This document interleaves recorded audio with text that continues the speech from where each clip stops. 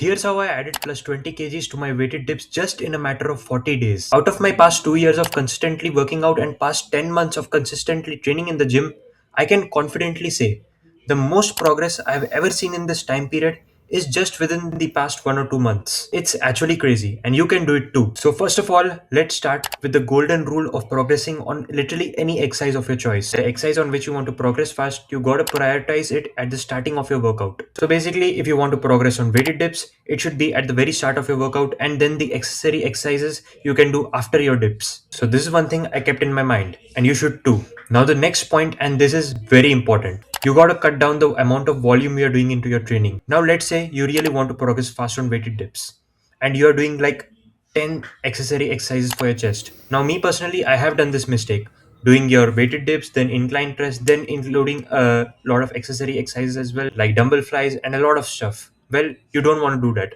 One exercise for your lower chest, which is the dips, and one exercise for the upper chest, which is incline press, and that's more than enough. You don't need any more volume for your chest. Now, the next point in this, I'm gonna be completely real with you. You can't progress on literally every single exercise that you're doing into your training. This is one of the mistakes that I did. I tried to progress on every single exercise into my routine, not just weighted dips.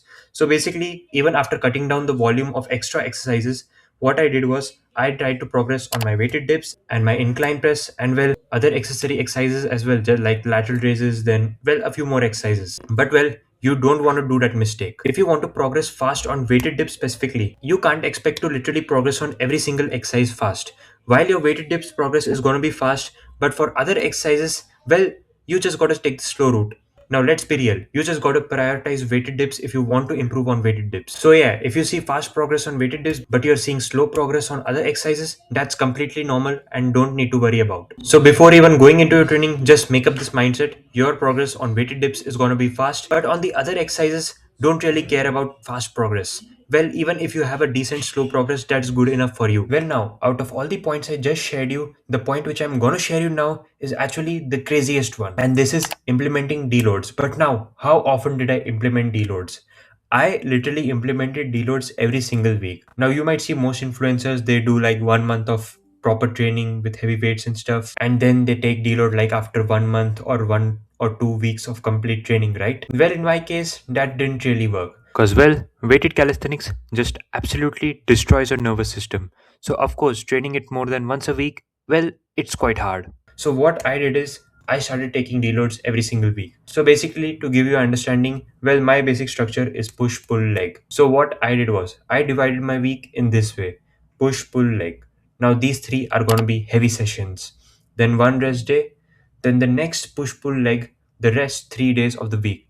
These are going to be deload sessions. And well, after the three deload sessions, I hopped on back to the reload session, which is the heavy session. And ever since I started implementing this sort of routine, my progress literally skyrocketed. So yeah, I would definitely recommend this, definitely give this a shot. Now, last but not the least, the accessory points: protein intake and water.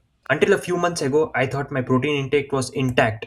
But well, I was very wrong. I calculated my protein intake and it was behind like by 30 grams of protein, and that's actually crazy. While 30 grams might not seem that much, but it plays like a really lot of effect onto your workout. So well, just calculate your protein intake, and well, pretty much same with the water intake. Keep your water intake intact. Your muscles need water. Now these are all the points that I followed. Now surprisingly, even though I wasn't getting complete 8 hours of sleep, some days I used to get like 6 hours and 30 minutes of sleep, some days I got 8 hours, some days 7 hours.